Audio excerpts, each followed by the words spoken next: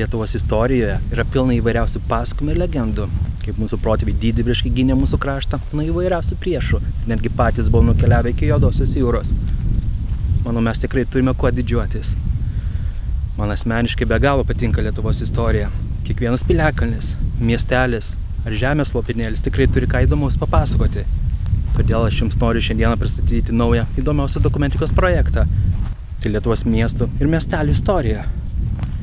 Jeigu norite pamatyti video apie savo miestą, komentarų skiltyje parašykite savo miesto pavadinimą ir galbūt kitą kartą susitiksime jūsų mieste. Taipogi su manim galite susisiekti ir elektroniniu paštu, kuris nurodytas kiekvieno video aprašyme. O dabar gero žiūrėjimo.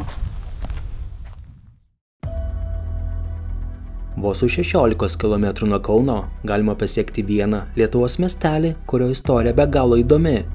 Tai Kačerginė. Yra sakoma, kad pirmasis šalia Nemuno kranto savo sodybą pasistatė vietinis ūkininkas Kačergis.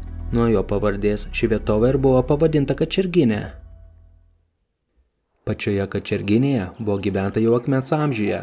Archeologinių kasinėjimų metu buvo rasta gyvenvietės pėdsakų, rasta akmeninių kirvukų, keramikos fragmentų, taipogi daugybė žirgų kaulų.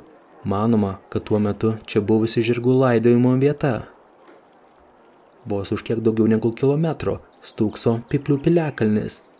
Šis piliakalnis datuojamas 2 tūkstantmečio pradžia, tai reiškia, kad čia gyveno žmonės dar prieš 1000 metų.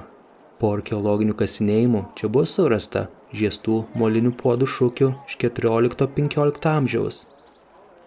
Pietinėje, rytinėje ir šiaurinėje papėdėse maždaug 1,5 hektaro plote buvo rasta 1 tūkstantmečio gyvenvietė.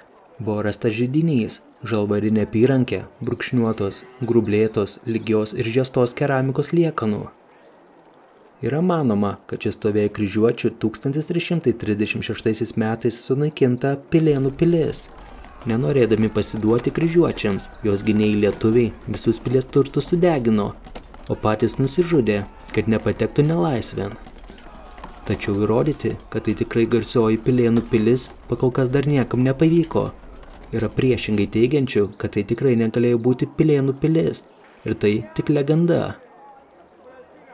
Pati Kačerginė pradėjo augti po Pirmojo pasaulinio karo. Iš pradžių čia buvusi nedidelė žvejų gyvenvietė palaipsniui plėtėsi, o to pasakoje dabartinės Kačerginės vakarinė dalis, anksčiau buvusi Palankių kaimų, tapo Kačerginės dalimi.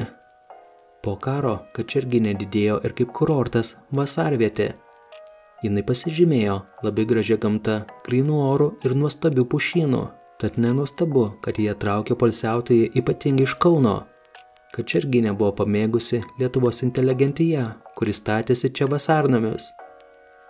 Tad 1933 metais Kačerginė buvo paskelbta kurortu, o tarpukariu ji tapo žymių Lietuvos mokslininkų, rašytojų, menininkų vasarojimo vieta.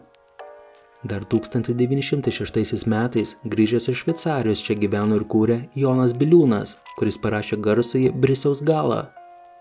Tarp pirmųjų vasarotojų čia buvo ir profesorius Jonas Jablonskis, rašytojas Pranas Mašiotas ir Vincas Mykolaitis Putinas. Jų namai iki šiol yra išlikę Kačerginėje.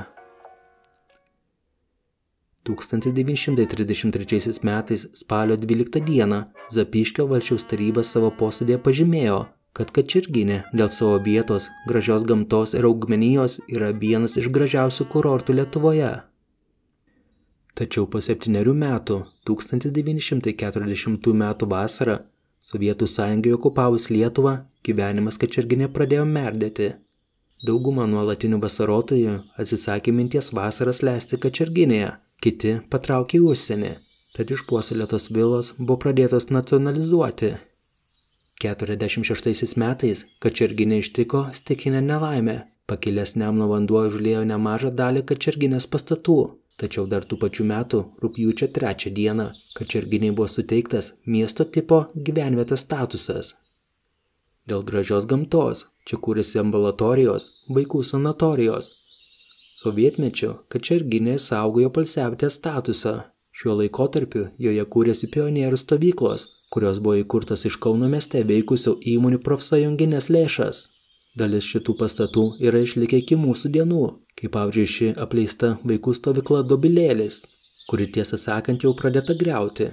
Vaizdas iš tiesų įdomus, čia laikas tarytum sustojęs. Kačerginė svarbi ir visos laisvos Lietuvos istorijai. Netoli Kačerginės miške buvo 1941 metų Birželio sukilimo dalyvio būrio štabas. Šiame būryje buvo apie 40 žmonių. Šiandieną Kačerginė išlieka poilsiautojų traukos objektu. Daugybė žmonių traukia šią gamtos oazę tiesiog pabūti šalia gamtos ar pabėgti nuo miesto šurmulio. Kiekvienais metais 10 000 žmonių traukia į Kačerginę savo dviračiais. Čia dar 2016 metais nutiestu dviračių taku, kuris eina nuo Kauno centro iki pat Kačerginės. Kačerginė tikra gamtos oazė, išsaugojusi tai, dėl ko ji taip traukia poilsiautojus.